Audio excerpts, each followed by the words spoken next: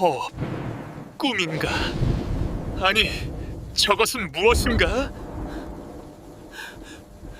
비가 내리고 있었습니다. 그날의 비는 유난히 무거웠고 마치 하늘이 무언가를 씻어내려는 듯 쉼없이 쏟아졌습니다. 산등성이를 때리는 빗방울은 돌을 깨부수려는 듯 거칠었고 바람은 숲을 휘젓고 다니며 잎사귀와 나뭇가지를 비틀어 울부짖게 만들었습니다.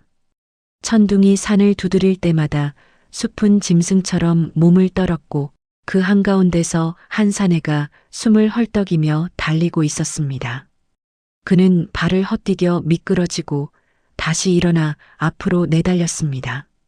진흙탕이 된 산길은 그의 발목을 잡아 끌었고 젖은 도포 자락은 물귀신처럼 다리에 달라붙어 움직임을 방해했습니다.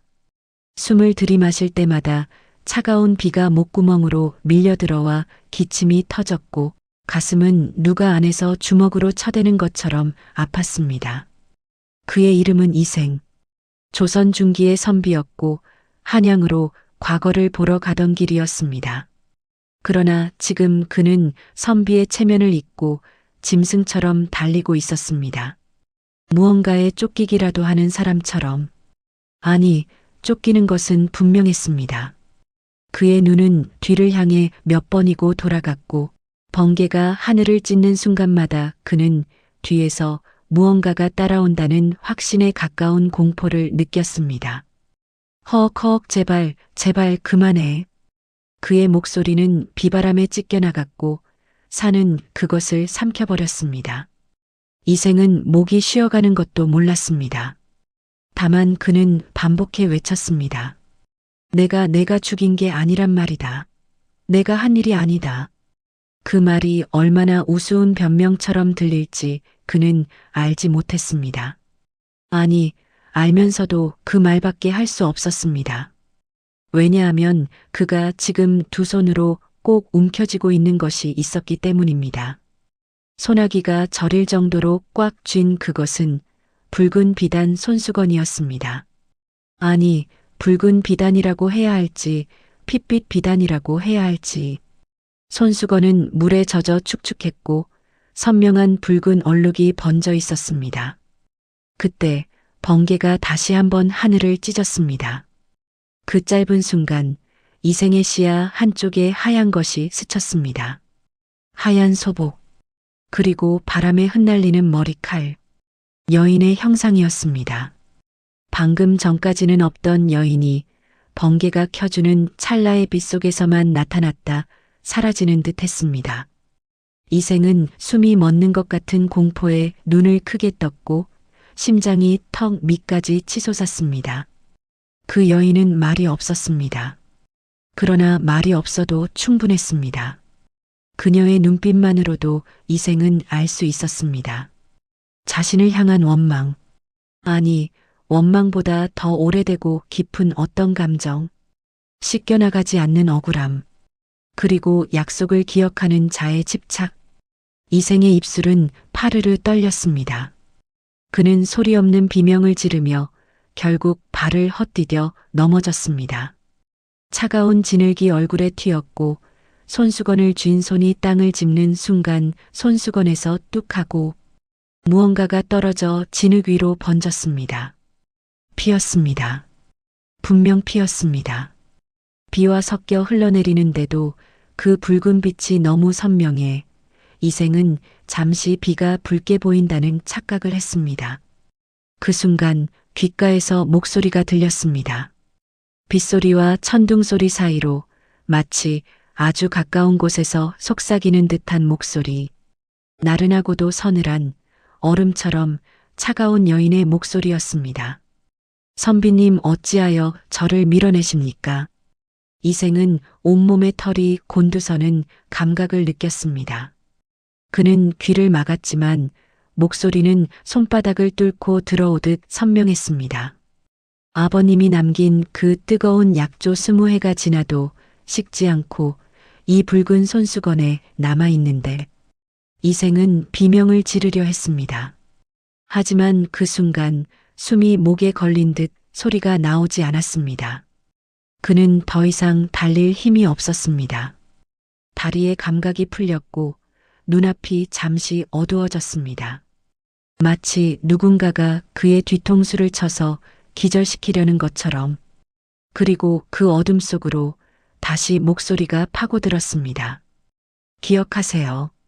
선비님, 당신이 모른다고 해서 끝난 것이 아니랍니다.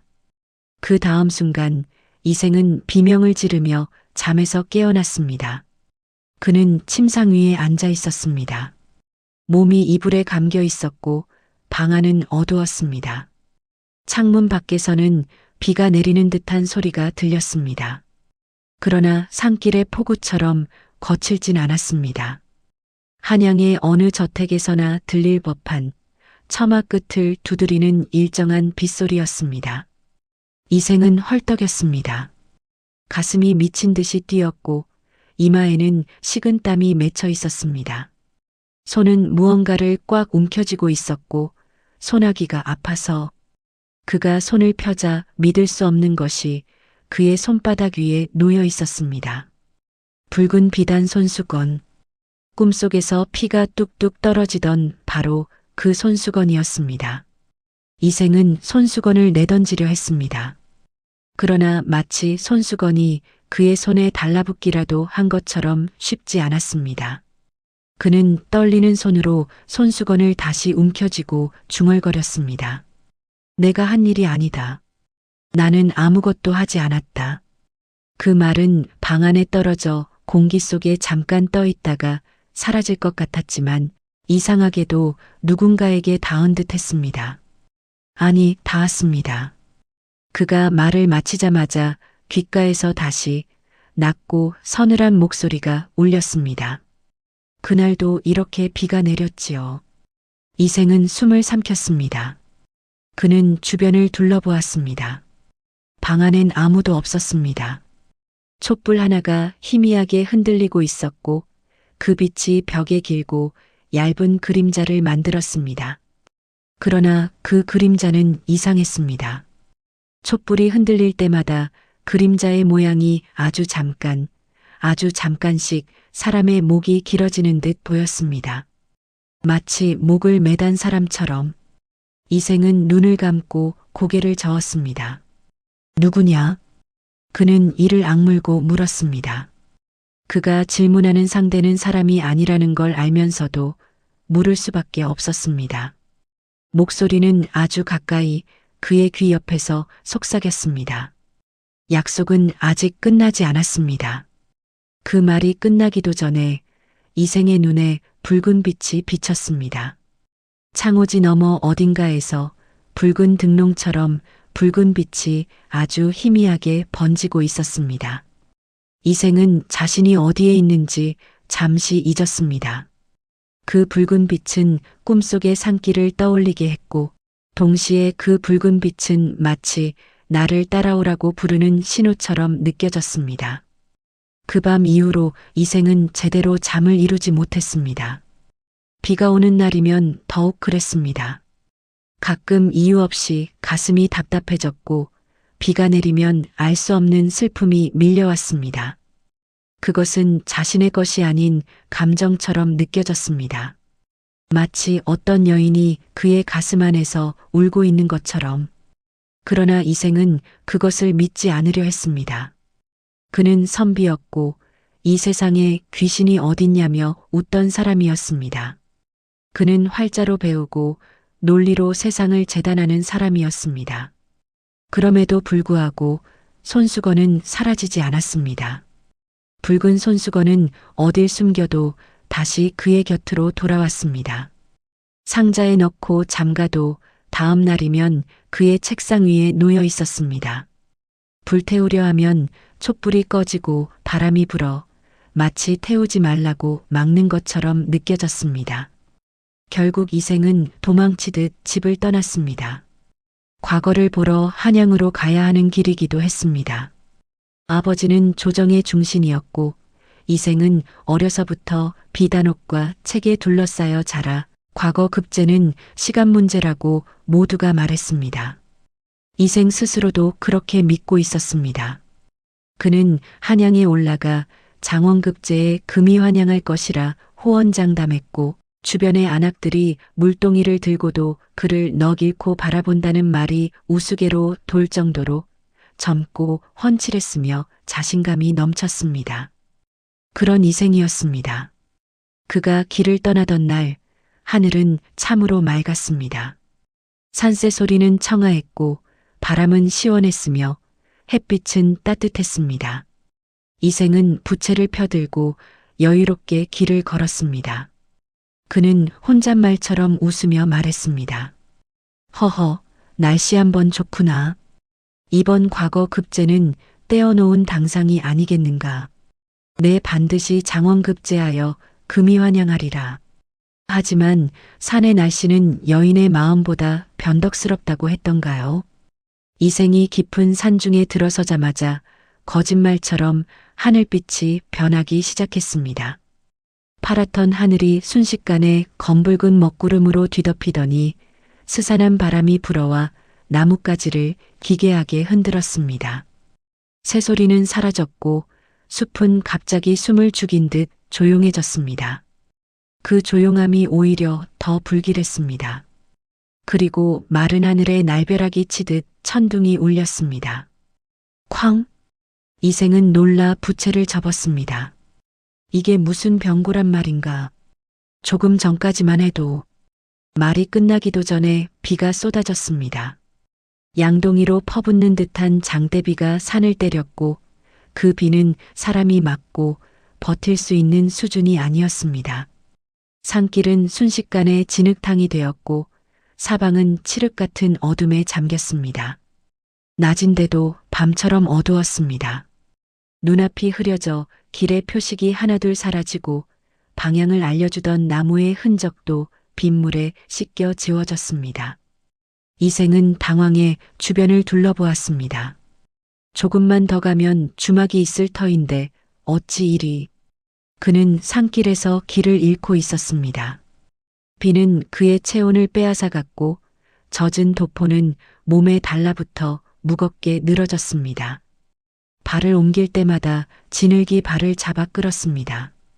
이생은 숨을 헐떡이며 중얼거렸습니다. 허헉허헉한치 앞도 보이지 않는구나. 하늘이 시어 정녕 저를 이 산중에서 짐승의 먹이로 만드시려는 겁니까? 열이 오르기 시작했습니다. 어떤 사람은 추위 속에서 열이 오르면 정신이 멀어지고 현실과 꿈을 구분하기 어려워진다고 합니다. 이생도 그랬습니다.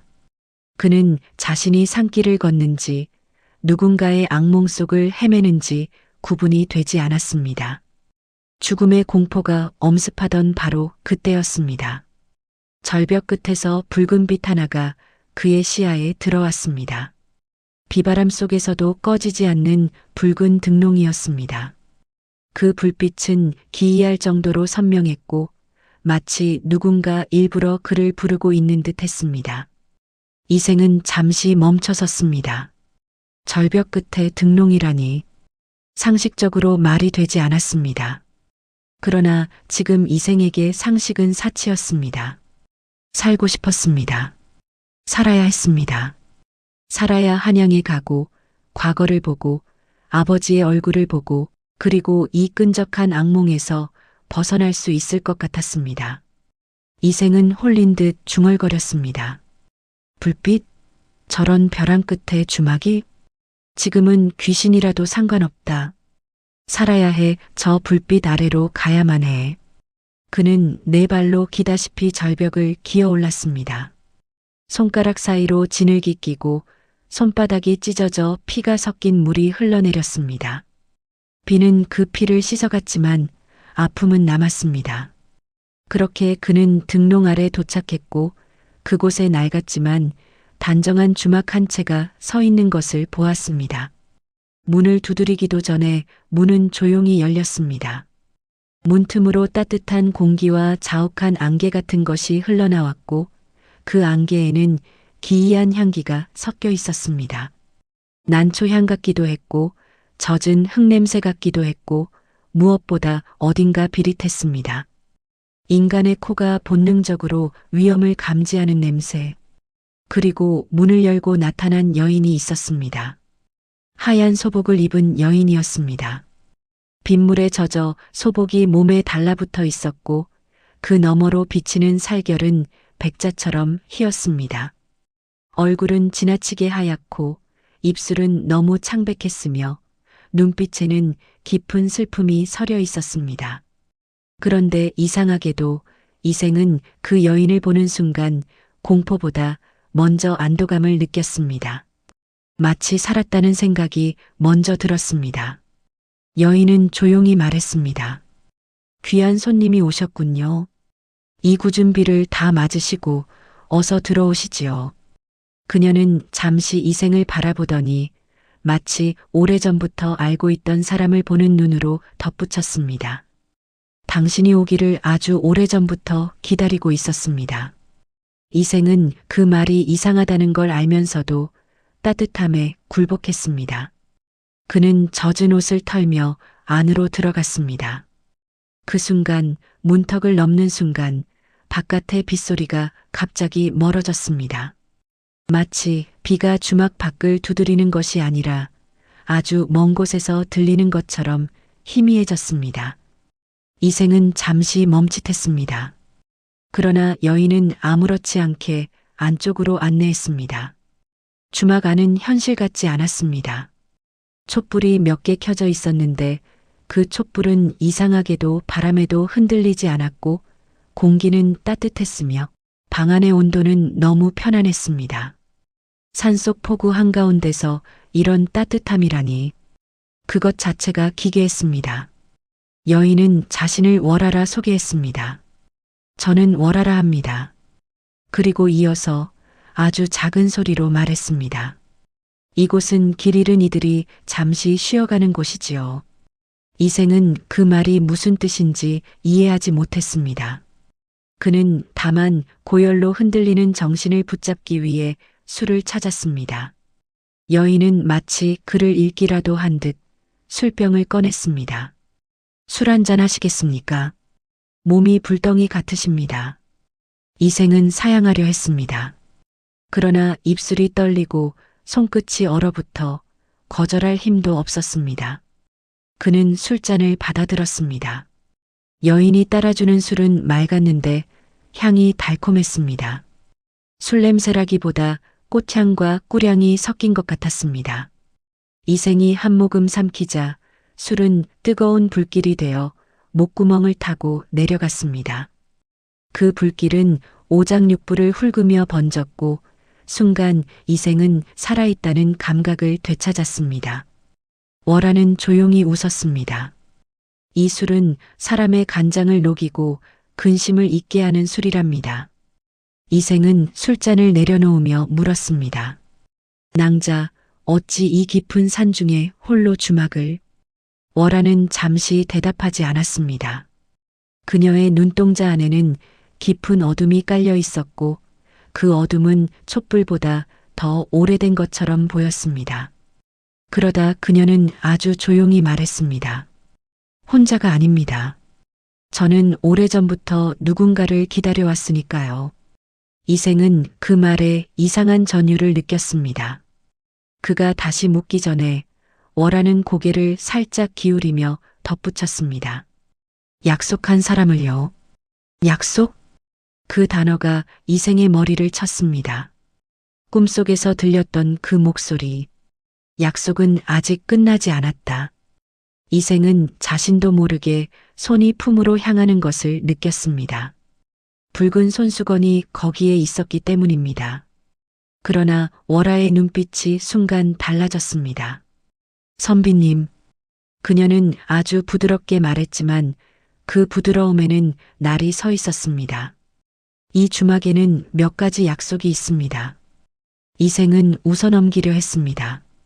약속이라니요. 제가 어찌... 그러자 월하는 조용히 손가락을 접어가며 말했습니다. 첫째, 창밖을 보지 마세요. 둘째, 제 이름을 먼저 묻지 마세요. 셋째, 문턱을 밟지 마세요. 넷째, 손에 든 그 붉은 비단은 꺼내 보이지 마세요. 이생은 잠시 말문이 막혔습니다. 이런 규칙이 어딨단 말입니까?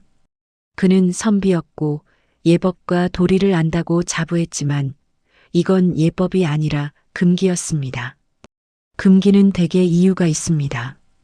그리고 금기의 이유는 대부분 인간이 감당할 수 없는 것과 연결됩니다. 이생은 억지로 웃음을 지었습니다. 주막에 그런 규칙이 어디 있소?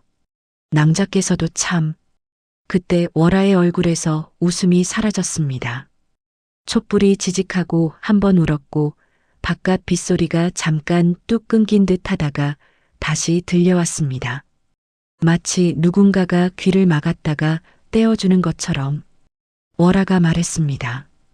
어기면 다시는 길을 찾지 못합니다. 그 말은 협박이 아니라 경고였습니다. 경고는 오히려 더 무서운 법입니다. 협박은 사람의 의도지만 경고는 현상의 규칙이니까요. 이생은 그 말을 듣고도 믿지 않으려 했습니다. 그러나 술이 몸 안에서 뜨겁게 돌면서도 손끝이 이상하게 차가웠습니다. 그는 자꾸 창밖이 궁금해졌습니다. 규칙이 생기면 사람은 오히려 그 규칙을 깨고 싶어집니다. 특히 보지 말라는 말은 바라는 유혹이기도 합니다. 이생은 자신도 모르게 창호지 쪽으로 시선을 돌렸습니다. 창호지 바깥은 어둡고 바람이 부는지 창호지가 살짝 흔들렸습니다. 그는 무심코 손을 뻗어 창호지 틈을 벌리려 했습니다. 바로 그 순간 바깥에서 들리던 빗소리가 이상하게 변했습니다. 빗소리가 아니라 흙이 젖어드는 소리, 축축한 땅이 숨을 쉬는 것 같은 소리, 그리고 아주 희미하게 사람의 발소리 같기도 한 소리. 월아가 갑자기 이생의 손목을 잡았습니다. 보지 마세요. 그녀의 손은 얼음장처럼 차가웠습니다. 그 차가움이 이생의 열기를 꺼뜨렸고 순간 이생은 술 기운이 확 가시는 듯 했습니다. 그는 월아를 바라보았고 그때 아주 짧은 순간 월아의 눈동자에 빛이 없다는 생각이 들었습니다. 사람의 눈에는 빛이 있습니다. 살아있는 눈에는 생기가 있습니다.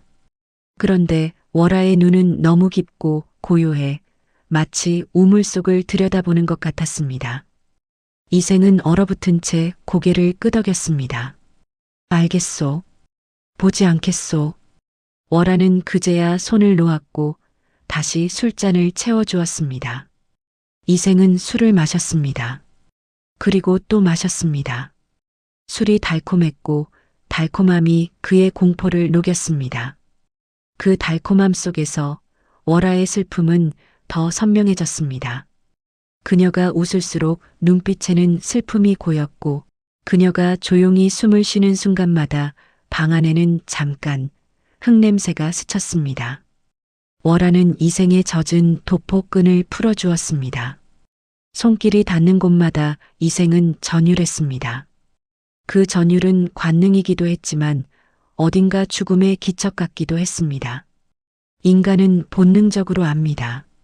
누군가의 손길이 살아있는 손인지 차가운 손인지. 월아는 이생의 귀에 가까이 다가와 속삭였습니다. 선비님, 당신의 몸은 이리도 뜨거운데 어찌 마음은 그리 차갑게 닫아두셨습니까? 그녀는 아주 조용히 웃으며 덧붙였습니다. 당신의 채취에서 사무치게 그리운 냄새가 납니다. 아주 오래전 나를 안아주겠다 약조했던 그 남자의 냄새가요. 이생의 머릿속에서 어떤 퍼즐 조각이 맞물리려 했습니다. 그 남자, 약조, 스무해. 그러나 술은 그의 이성을 녹였습니다. 그는 모든 것을 잊고 싶었습니다. 이유 없는 불안도, 비가 오면 몰려오던 슬픔도, 손수건이 돌아오는 악몽도. 그래서 그는 자신도 모르게 월아의 손목을 잡고 말했습니다. 낭자, 당신이 누구든 상관없소. 귀신이라도 줬소. 오늘 밤 이 순간만큼은 내 모든 근심을 가져가시오. 월아는 미소를 지었습니다. 그 미소는 처연했고 동시에 유염했습니다. 마치 슬픔이 아름다움을 빌려 유혹하는 얼굴. 그날 밤 이생은 월아와 함께 있었습니다. 그것이 사랑이었는지 환상이었는지 혹은 이미 정해진 업보였는지 알 수 없었습니다. 다만 확실한 것은 이생이 그 밤을 지나며 자기 자신이 아닌 감정에 완전히 잠식되었다는 것입니다. 월아가 가까워질수록 이생은 이상한 죄책감을 느꼈고 죄책감 속에서 더 깊이 빠져들었습니다. 마치 늪에 빠진 짐승이 발버둥 칠수록 더 깊이 가라앉는 것처럼 월아는 마지막으로 이생의 귀에 입술을 대고 속삭였습니다. 기억하세요. 당신이 지금 느끼는 이 온기, 그리고 이 붉은 손수건, 이것이 당신이 짊어질 마지막 업보가 될 것입니다. 그리고 그녀는 붉은 자수가 놓인 비단 손수건을 이생의 품 깊숙이 넣어 주었습니다. 촛불이 꺼지며 방 안은 어둠에 잠겼고 두 사람의 그림자가 잠깐 하나로 겹쳐졌다가 사라졌습니다. 다음 날 아침 눈부신 햇살이 이생을 깨웠습니다. 이생은 따뜻한 이불 속에서 눈을 떴다고 생각했습니다. 그러나 코를 찌르는 것은 꽃향이 아니라 썩은 흙냄새였습니다. 따뜻한 공기가 아니라 축축한 냉기였습니다. 그는 벌떡 일어났고 눈앞에 펼쳐진 것은 주막의 방이 아니라 무덤가의 자풀과 이끼였습니다.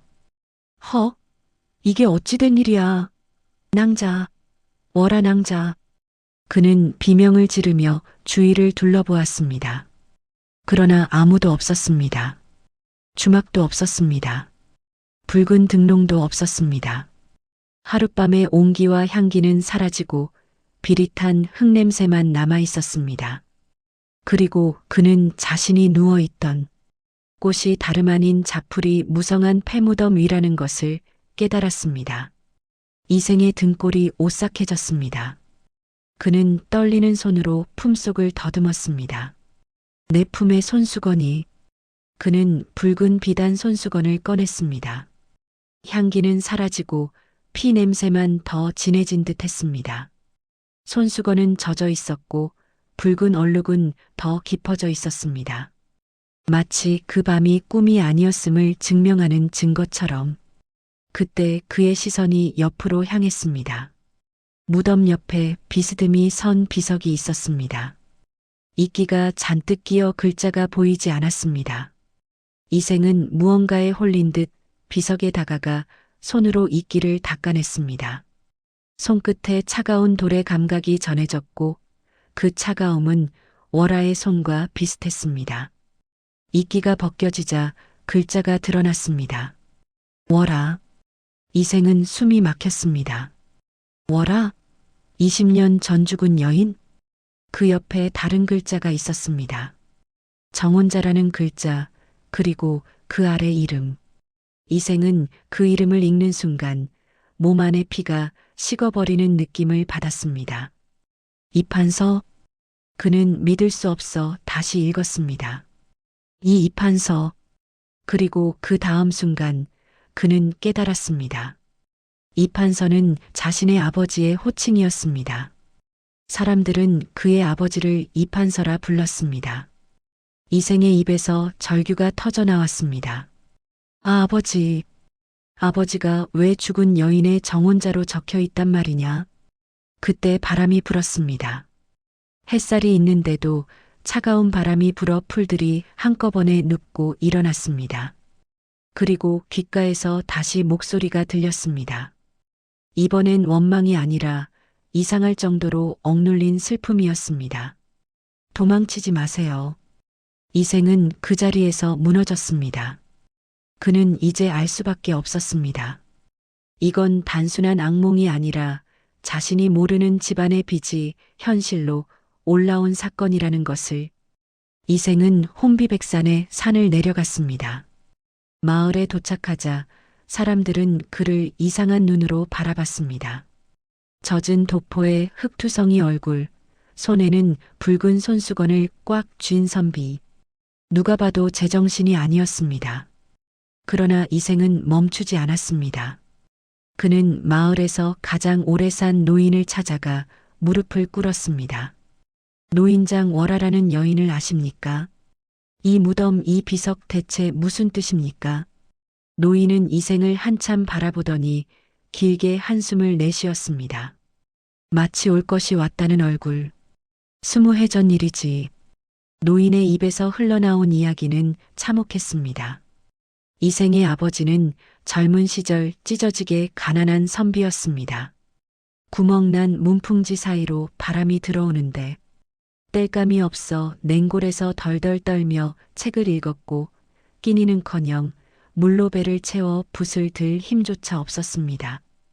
그때 그를 살린 것이 월한의 집안이었습니다. 월하의 아버지는 인품이 훌륭하기로 소문난 의원이었습니다. 가난한 병자들에게 돈을 받지 않고 의술을 베풀어 살아있는 부처라 불렸습니다. 초라한 행색 속에 숨겨진 이생 아버지의 글재주를 알아보고 아무 대가 없이 학비와 생활비를 대주었습니다. 사람은 사람을 살려야 한다는 마음으로 친자식처럼 거두어 주었습니다. 월하는 또 어땠을까요? 월하는 의원 집안의 딸이었지만 곱게만 자라지 않았습니다. 아버지를 도우며 약재를 다루었고 가난한 환자들에게 약을 지어주며 사람들의 고마움을 받았습니다. 그러다 어느 날 그 가난한 선비를 보았습니다. 추위에 떨며 붓을 드는 손, 눈빛만은 살아있는 사람. 월하는 그를 외면하지 못했습니다. 밤이면 몰래 주먹밥을 싸들고 그의 방으로 찾아갔습니다. 언손을 호호 불어 녹여주고 찢어진 종이를 붙여주고 먹이 떨어진 붓을 새로 마련해 주었습니다. 두 사람은 가난 속에서도 서로를 연모했고 결국 혼인을 약조했습니다. 과거를 보러 떠나던 날 월하는 밤새워 비단 도포를 지어 그에게 입혀주며 울었습니다. 그리고 붉은 손수건을 쥐어주었습니다. 이 손수건으로 제 눈물을 닦아주세요. 그런 약조였다고 노인은 말했습니다. 월한의 집안은 가산을 털어 이생 아버지의 뒷바라지를 했습니다. 한 사람을 살리고 싶었던 마음이었고 한 사람을 믿고 싶었던 마음이었습니다. 그러나 장원급제 소식과 함께 돌아온 것은 약속된 꽃가마가 아니었습니다. 한양의 권세가 판서가 그 젊은 선비를 눈여겨보았습니다. 사위로 삼겠다고 했습니다. 가난한 선비에게는 세상이 뒤집히는 기회였습니다. 한 번에 가문이 달라지고 땅이 달라지고 사람이 달라지는 길. 출세라는 이름의 붉은 길이 그의 앞에 깔렸습니다. 노인이 낮게 말했습니다. 자네 아비는 그 길을 택했지. 그런데 판서의 사위가 되려면 그에게 과거를 떠올리게 하는 모든 것이 걸림돌이 됩니다. 가난했던 시절을 알고 있는 월하 집안, 그에게 은혜를 베푼 의원 집안, 그리고 약조라는 이름의 부채. 그것들은 모두 새로 얻을 권력의 옷에 묻은 흙처럼 보였을 것입니다. 이생의 아버지는 약속을 버렸습니다.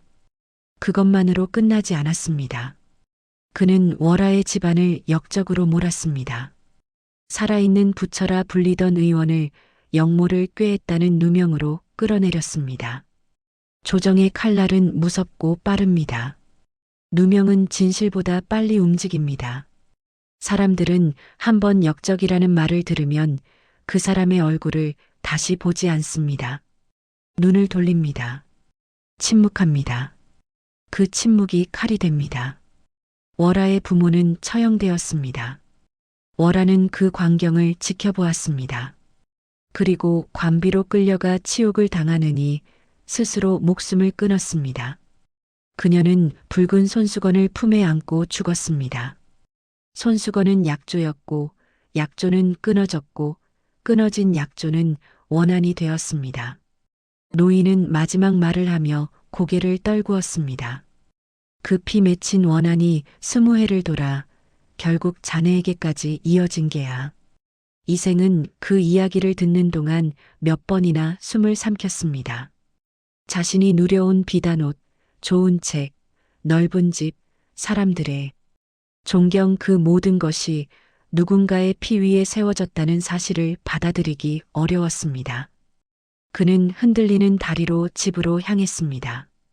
아버지의 입으로 아니다라는 말을 듣고 싶었습니다. 그때는 어쩔 수 없었다는 변명을 듣고 싶었습니다. 미안하다는 단 한마디라도 듣고 싶었습니다. 하지만 집으로 돌아온 이생을 기다린 것은 더 차가운 현실이었습니다. 이생이 아버지의 방문을 거칠게 열어젖혔습니다. 아버지, 대답하십시오. 월하라는 여인을 아십니까? 이판서 이생의 아버지는 놀라지 않았습니다. 그의 얼굴에는 죄책감도 후회도 없었습니다. 그저 차갑고 단단한 권력자의 얼굴이 있었습니다. 어디서 감히 그 불길한 이름을 입에 올리느냐? 이생은 붉은 손수건을 내밀었습니다. 이 손수건을 아십니까? 이판서는 손수건을 보는 순간 아주 미세하게 눈썹이 움직였습니다. 그것은 잠깐의 흔들림이었습니다. 그러나 곧 다시 돌처럼 차가워졌습니다. 그 흉물스러운 것을 당장 태워버려라. 이생은 절규했습니다. 아버지, 그 여인은 단순한 복수를 원하지 않습니다. 그녀는 억울하게 죽은 부모님의 명예를 돌려달라 울부짖고 있습니다. 그 죄가 지금 제 숨통을 조여옵니다. 이판서는 낮게 웃었습니다. 차가운 웃음이었습니다. 권력을 주려면 손에 피를 묻히는 법이다. 그 계집은 내 앞길의 걸림돌이었을 뿐. 이생은 그 말을 듣고 눈앞이 새하얘졌습니다. 아버지는 자신의 죄를 비용으로 말했습니다. 죄가 아니라 성공의 대가처럼. 이생은 그 자리에서 결심했습니다. 아버지가 선택하지 않았던 길을 자신은 걷겠다고. 이 원한의 사슬을 끊겠다고. 그러나 아버지는 아들의 결심을 비웃었습니다. 미친놈. 가더라. 그날부터 이생은 감시를 받았습니다. 문은 잠겼고 하인들이 그의 뒤를 따라다녔습니다. 사람들은 도련님이 미쳤다고 수군거렸고 그 수군거림은 곧 그가 하는 말은 거짓이다라는 결론으로 이어질 것이었습니다. 그렇게 되면 월하의 억울함은 다시 묻힐 것입니다. 이번엔 영원히. 하지만 이생은 멈추지 않았습니다. 그는 밤을 기다렸습니다. 밤은 사람들이 잠들고 진실이 기어나오는 시간입니다. 그는 집안의 문석으로 향했습니다. 아버지가 과거를 지우려 했다면 지우는 흔적은 종이에 남아있을 것이라 생각했습니다. 조선에서 죄는 칼로만 짓지 않습니다. 붓으로도 짓습니다. 도장으로도 짓습니다. 글자가 한 집안을 죽입니다. 문서고 앞에 선 이생은 숨을 고르며 속으로 다짐했습니다. 그리고 그때 귓가에 다시 월하의 목소리가 스쳤습니다. 종이에 죄가 남아있어요. 이생은 문서고 문을 열었습니다. 먼지 냄새와 오래된 종이 냄새가 확 밀려왔습니다. 그는 서랍을 열고 장부를 꺼냈습니다. 봉인된 서찰을 뜯고 도장의 자국을 살폈습니다. 그리고 마침내 발견했습니다. 연도가 맞지 않는 서찰, 필체가 다른 보고서, 도장 모양이 미세하게 다른 봉인. 여기 있다. 그 순간 이생의 품속에서 붉은 손수건이 뜨거워지는 느낌이 들었습니다. 마치 맞다라고 말하는 것처럼. 그런데 그때였습니다. 문서고 아닌데도 바람이 불었습니다. 그리고 아주 작게 후두둑 하는 소리가 들렸습니다. 불씨가 번지고 있었습니다. 누군가 문서고에 불을 지른 것입니다. 불길은 종이를 먹는데 망설임이 없습니다. 종이는 마치 오래전부터 불타기 위해 존재했다는 듯 순식간에 타올랐습니다. 연기가 치솟고 눈이 메워졌습니다. 이생은 기침하며 장부 몇 권을 끌어안았습니다. 팔과 손등이 되었고 도포자락에 불이 옮겨붙어 몸을 굴러 껐습니다. 그는 불 속에서 몇 장의 문서를 건져냈습니다. 그리고 그때 깨달았습니다.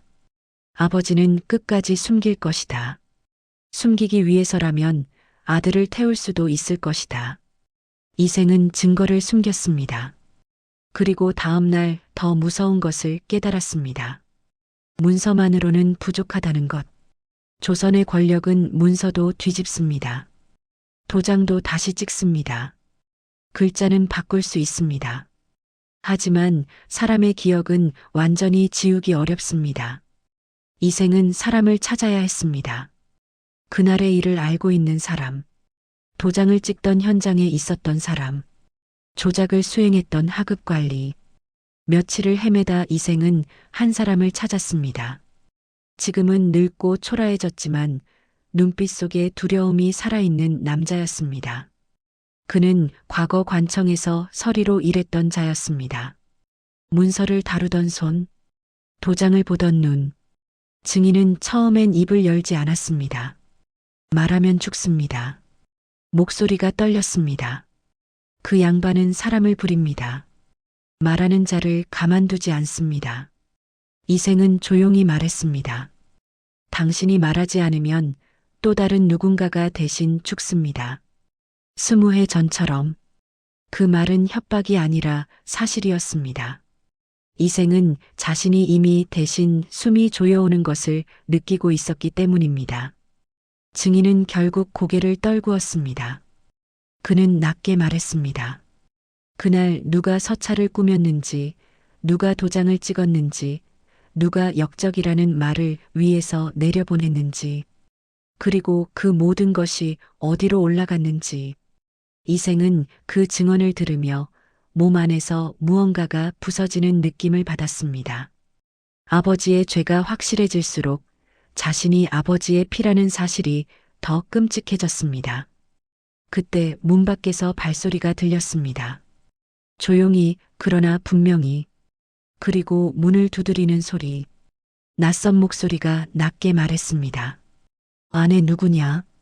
이생은 순간 숨을 멈췄습니다. 증인의 얼굴이 새하얘졌고 입술이 떨렸습니다. 이생은 재빨리 증인의 입을 손으로 막았습니다. 둘은 숨을 죽였습니다. 문 밖의 발소리는 잠시 멈췄다가 다시 움직였습니다. 그리고 조금 멀어졌습니다. 그날 이후 이생은 더 이상 망설이지 않았습니다. 남은 길은 하나뿐이었습니다. 상소, 임금에게 직접 아뢰는 것. 아들이 아비를 고발하는 것은 천륜을 어기는 일이라 욕먹을 것이 분명했습니다. 하지만 이생은 생각했습니다. 천륜이란 무엇입니까? 피가 이어진다고 죄까지 이어져야 합니까? 피는 물려받았지만 죄는 선택입니다. 아버지는 죄를 선택했고 이생은 속죄를 선택할 수 있었습니다. 이생은 문서와 증언을 정리했습니다. 불타기 전에 건져낸 장부, 필체와 도장의 차이, 날짜의 오류, 그리고 증인의 말. 그는 밤마다 상소문을 썼습니다. 먹을 갈 때마다 손이 떨렸고 글자를 적을 때마다 붉은 손수건이 품에서 뜨거워졌습니다. 마치 월화가 그의 글 위에서 숨을 쉬는 것처럼. 그리고 마침내 그는 대궐 앞에 섰습니다. 석고대죄를 했습니다. 등은 젖었습니다. 땀인지 눈물인지 알 수 없었습니다. 이생은 상소문을 읽었습니다. 목소리는 떨렸지만 또렷했습니다. 신이생, 감히 아뢰옵니다. 20해 전 억울한 누명이 조작되었고 무고한 이들이 역적으로 몰려 죽었사옵니다. 부디 전하께서 밝은 눈으로 굽어 살피소서. 조정은 흔들렸습니다. 권력은 처음엔 이를 무시하려 했고 사람들은 이생을 미친 자라 말했습니다. 그러나 증거는 증거였습니다. 거짓은 언제나 흔적을 남깁니다. 그리고 증인이 입을 열었습니다. 두려움에 떨면서도 그는 말했습니다. 그때 그렇게 하라고 시켰습니다. 그 도장을 찍게 했습니다. 역모라는 말은 위에서 내려온 말입니다. 진실은 천천히 드러났습니다. 그리고 한번 드러난 진실은 쉽게 다시 숨길 수 없습니다. 20해 만에 월화의 가문은 누명을 벗었습니다. 역적으로 죽은 사람이 역적이 아니었다는 것이 밝혀졌고 억울한 죽음은 바로잡혔습니다. 조정은 공식적으로 잘못을 인정했고 죽은 자의 이름은 다시 사람들의 입에 오를 수 있게 되었습니다. 그날 이판서 이생의 아버지는 모든 것을 잃었습니다. 그는 유배를 떠나야 했습니다. 권력의 자리에서 내려와 자신이 내치던 비천한 과거처럼 초라한 길을 걸어야 했습니다. 그러나 이생은 기뻐할 수 없었습니다. 진실이 밝혀졌다고 해서 죽은 사람이 살아 돌아오는 것은 아니니까요. 월하의 억울함이 풀렸다고 해서 그녀가 겪은 공포와 고통이 사라지는 것은 아니니까요. 그날 밤 이생은 월하의 무덤 앞에 섰습니다. 달빛이 무덤가를 비추고 있었고 바람이 불었습니다. 이생은 천도제를 올렸습니다. 그리고 조용히 말했습니다. 월하 낭자, 보시오. 이제 당신의 부모님은 역적이 아니오. 내 아비의 죄는 내가 평생의 수행으로 갚을 것이니 부디 이제 그 뜨거운 손수건을 놓아주시오. 그때 이생의 손에 쥐어진 붉은 손수건이 미세하게 떨렸습니다. 붉은 얼룩이 달빛 아래서 흔들렸고 마치 피가 다시 흐르려는 듯 했습니다. 이생은 숨을 삼켰습니다. 그리고 믿을 수 없는 일이 벌어졌습니다. 붉은 손수건에서 붉은 빛이 빠지기 시작했습니다. 마치 오래 스며 있던 피가 달빛에 씻겨나가듯 핏빛이 옅어지더니 손수건은 순백의 하얀 비단으로 변해갔습니다. 이생은 멍하니 손수건을 바라봤습니다. 손수건은 이제 붉은 증거가 아니라 하얀 종이처럼 깨끗했습니다. 그리고 바람이 불어 그 하얀 비단이 이생의 손에서 풀려났습니다. 비단은 공중에서 한번 휘돌더니 마치 누군가의 손길에 이끌리듯 멀리 흩어져 사라졌습니다. 그 순간 월하의 모습이 나타났습니다. 그동안 번개 속에서 스쳤던 형상이 아니라 달빛 아래 또렷한 얼굴. 그녀는 하얀 소복을 입고 있었지만 이제 소복은 젖어 있지 않았습니다. 그녀의 눈빛은 원망이 아니라 긴 한숨 끝에 찾아온 평온을 담고 있었습니다. 월하는 아주 작게 웃었습니다. 그 미소는 슬프지만 고왔습니다. 고맙습니다. 그 말이 끝나자 월하의 몸은 달빛 속으로 녹아 사라졌습니다. 그리고 마치 약속이라도 한 듯 비가 멈췄습니다. 그날의 하늘은 고요했습니다. 이생은 무덤 앞에 한참을 앉아 있었습니다. 그는 자신이 무엇을 얻었는지 알 수 없었습니다.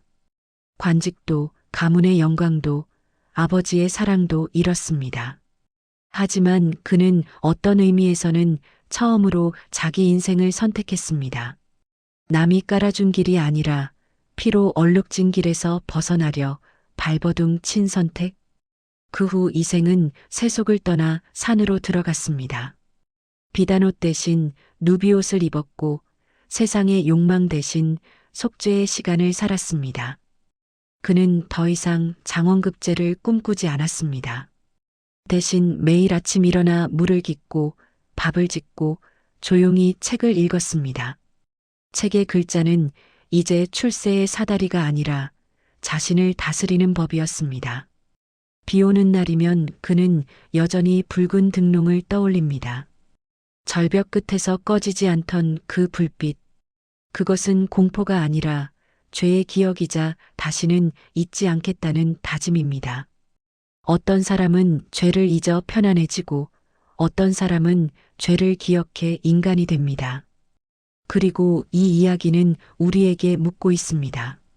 당신이 지금 서 있는 자리는 과연 누구의 선택 위에 세워진 것인지, 그리고 그 대가는 정말 끝났는지 말입니다. 인생사 공술의 공수거라 하지만 우리가 남긴 업보는 그림자처럼 끝까지 따라옵니다. 오늘 당신이 누군가에게 무심코 준 상처가 훗날 당신이 가장 사랑하는 사람의 눈물로 돌아온다면 어쩌시겠습니까? 오늘의 이야기가 여러분 마음에 작은 울림을 남겼다면 구독과 좋아요로 마음을 나눠주십시오.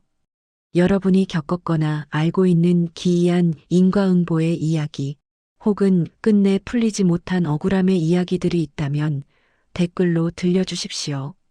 긴 시간 함께 해주셔서 감사합니다. 성불하십시오.